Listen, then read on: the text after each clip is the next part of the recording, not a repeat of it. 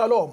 This is your host, Pastor Enoch Perry. Welcome to According to the Bible. Today, ladies and gentlemen, this is a very extraordinary show because we'll be talking about something which was considered in the 1800s as sensitive. There was a question that was asked by Alexander the Great. The question was, can the church and politics meet? And nobody up to this far has successfully answered this multi-million-dollar question. To help me unpackage this subject in the studio, I have Honorable Magwentshu. I hope I'm pronouncing you right, okay? Magwentshu. Magwentshu, welcome to the show, sir. Yes. This is the question. Do politics and the church meet? Definitely. You can't separate the two. Okay. Firstly, you need to understand what is politics. Okay. Then you'll understand why I'm saying you cannot separate the two. Politics, by definition, is all about allocation or sharing of resources. Okay, beautiful, beautiful. And if you read the Bible, Genesis 1, verse 26, God says, let us make man in our own image and likeness, so that he may rule over the fish in the sea, over the birds in the sky, and the livestock, and everything basically that is on earth. Because in Psalms 24, verse 1, it is said, everything in the world and its fullness belongs to God. And the church on earth is the ambassador of God, is a representative of God. Now, these resources that we're talking about, which you are saying is politics, it's a sharing of resources, are these resources that were given to the church in Genesis. But what the church has done, it has basically outsourced its responsibility when it comes to politics, which is the sharing of these resources. But now, the biggest problem that we are faced with right now is that, like in any company, when you outsource a certain service, it is because you believe someone else can do this service better than you are doing it. Absolutely. But then later on, you then find that, no, man, you know what? This person is doing a disservice to my company. Then you recall the services. Beautiful. And that is where we are right now when it comes to politics. Beautiful. The church must reclaim and take over politics. Wow. Because the church cannot say politics are dirty. Who's going to clean the politics? And if we are saying the church and politics do not mix, everything that we do is all about politics. Wow. The water that we drink is politics. There's load shedding, it's politics. There's GPV, it's politics. Everything around us is politics. So the church cannot therefore say, they are not part of politics. It's all about politics. That is why in the book of Isaiah it is said, for unto us a child is born, unto us a son is given, and the government shall be upon his shoulders. And that government is not a heavenly government. It's the government on earth. Yes. Absolutely, absolutely. That is why in Luke 4, verse 18, Jesus says, the Spirit of the Lord is upon me and has anointed me to proclaim the good news to the poor. What is good news to the poor? If a person is hungry, telling him about heaven is not good news to that person. Absolutely, absolutely. Honorable, I mean, you are punching verses. I didn't expect a politician to bring verses right in the studio. I thought I'll be a verse man and you'll be the act man. Nevertheless, I just want to lay a bare so that our followers out there will be able to understand who is this, who's talking. What is your portfolio in government, specifically local government? Okay. In local government, I'm an MMC of community development. And MMC is a member of mayoral committee. Okay. If it was national government, it will be said that I'm a minister of community development. Absolutely. But because it's local government, I'm then an MMC of community development. Beautiful. And under community development, we've got your sports, arts and culture. Okay. You've got your libraries. Okay. You've got also Johannesburg City Parks and Zoo. Okay. You've got also, so meaning the grass cutting and all of that, it falls under that portfolio. Beautiful. And also there's got your Johannesburg City Theatres. Okay. They're all under that one portfolio. Beautiful. That's a portfolio that I'm responsible for Beautiful. in the city of Johannesburg. Wow. It's And, very, okay, then in terms of the background, I'm the chairperson of the African Transformation Movement in the city of Johannesburg. Beautiful, beautiful. Wow. That's critical because as we are talking to our people, they need to know who is this who's talking, because people can talk from anywhere. You know, somebody can back from the sidelines. So we need to know that, is this the right person? Does he have authority to speak over the subject? Because that's very critical. Yes. You know, I can talk about land, I can talk about abuse, I can talk about anything, but the question is, do I have authority? So, ladies and gentlemen, you are watching According to the Bible, and what I pick up right now, whoever is in our studio, they minister at a very, very narrow committee, has got authority to minister to us and to speak to us. And I believe that there's so many questions which you might have, and he's going to answer them because he is here. Thank you very much, MMC. You know, we're going to take a break, and when we come back, I just want you to think about how politics can positively impact our community together with the church. Sure. Ladies and gentlemen, you are watching According to the Bible. We're going to take a break, and when we come back, more about the relationship between the church and politics. Stay tuned. Welcome back, ladies and gentlemen. You are watching According to the Bible. I'm in the studio here with a mighty man of God who is a politician and a leader in our community. You know, I wanted to ask you, first and foremost, how can the relationship between the church and politics impact our community? But before I do that, I want to focus on you as a man of God, as an apostle. When you started this organization, ATM, how did it affect the church in general? You see, Pastor, the people have been lied to say the church and politics cannot mix. Yeah. And that is a narrative that has been driven by people who do not want to see progress in the country. Why I'm saying that?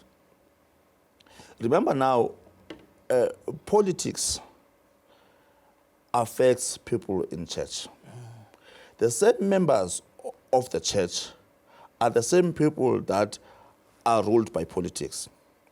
Just recently, we had a situation of COVID. Oh, yeah. Whereby people were not allowed to go to church. Yeah, yeah. But funny enough, there was a stage where shippings were allowed to open. Yeah. And the church was not allowed to operate. Now you ask yourself to say, a shipping where people are drinking, they singing out loud, they are not, they are not even having their mask. And you're saying that one can open, but the church cannot open. It clearly shows you that there is a problem. And at this stage, it's very clear that there is somehow an attack on the church. Yes. And people of the church do not realize that there is an attack on the church. It started with the country. The country has got 80% Christians, according to Stats SA. And only 5% belong to other religions. And 15% is not known where they belong to. But now you have that situation, and then you have a country being referred to as a secular country. When a country is a secular country, it means it's neutral on everything. Yes. Now, you have a situation now where even in schools, there's no, during assembly, you cannot be praying. You go even to when we're having our meetings, you cannot pray. But the majority of these people are Christians. Christians. They understand the power of prayer. But now they are being somehow oppressed by the few. We're not saying Christians should then maybe oppress the others, but everyone should therefore be allowed to then have a say. And the say says the majority rules, and Christians are the majority. But they've allowed themselves to be ruled and be divided by politicians who do not have the best interest of the country. Why do I say they don't have the best interest of the country? You look at the higher rate of unemployment. If you ask me, there is no reason why in South Africa we should be having this high rate of unemployment. True. We're having the high rate of unemployment because we've got politicians that do not have the best interest of the people. Absolutely. Why am I saying this? Look, I'll give you a typical example, which I normally make when I talk about this issue. The 350 rands. If you take that's one section, let's say maybe it's a ward or maybe a region in Johannesburg. If you take those 350 rands, you would open up a factory, even if it's for toothpicks. Currently, we import toothpicks into the country. Are we saying our people cannot make toothpicks? No. But we cannot do that because we want people to be dependent on us. We don't want people to be independent. We want people to be dependent on the grants, because when they are depending on the grants, we know that they are going to vote for us, because they'll not be voting with their heads, but they'll be voting with their stomachs, which is what is currently happening in South Africa. When you go to old people, they want to vote for the same people that are abusing them, because they're saying, you know what, if we don't vote for them, then we will not get these grants. They vote because of that. That is why even now, they would go and advertise jobs. And these jobs are not permanent. It's just temporary. It's just for the elections. After 12 months, you don't have those jobs anymore. Because the people would have then, by that time, voted. It's the same thing that is happening with the IEC itself. You see, with IEC, the people that get employed at IEC is people that are already working. Yeah, you have you've got your teachers, you've got your principals that are heading, because they want to manage even the results of the elections. They want to make sure that they manage it, because they understand that if they take people that are unemployed, there will be no rigging of the elections. Because these people will not be protecting anyone. They don't belong to any union. They don't belong to any union. And now the church, if you read Galatians chapter 5, when it talks about the fruits of the Spirit, talks about love, peace, all that belongs to the church.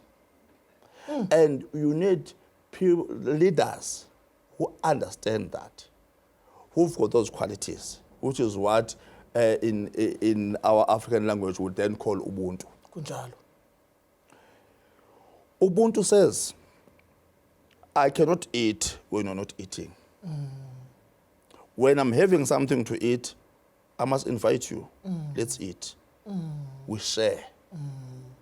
Now, when you have a leader that has got those values, the leader will then understand that it cannot take money for government, money that is meant for road infrastructure, to his pocket. Wow, this is very profound, Honorable. We just have to go and pay some bills, then we come back. We are in the studio, ladies and gentlemen, talking about the relationship between the church and politics, and our Honorable here is unpackaging this profound truth. And I believe that you are liberated wherever you are. Stay tuned. You are watching According to the Bible. Welcome back, ladies and gentlemen. You are watching According to the Bible. Many times as a pastor, I pray for people to be employed. Today, I'm honored to have the mouthpiece of government, a mouthpiece that can advise me of how can we create employment. And Honorable, I want to throw this to you. You know, before we took a break, you were talking about this animal, this demon of unemployment. How can we address it? You know, it's easy. Okay.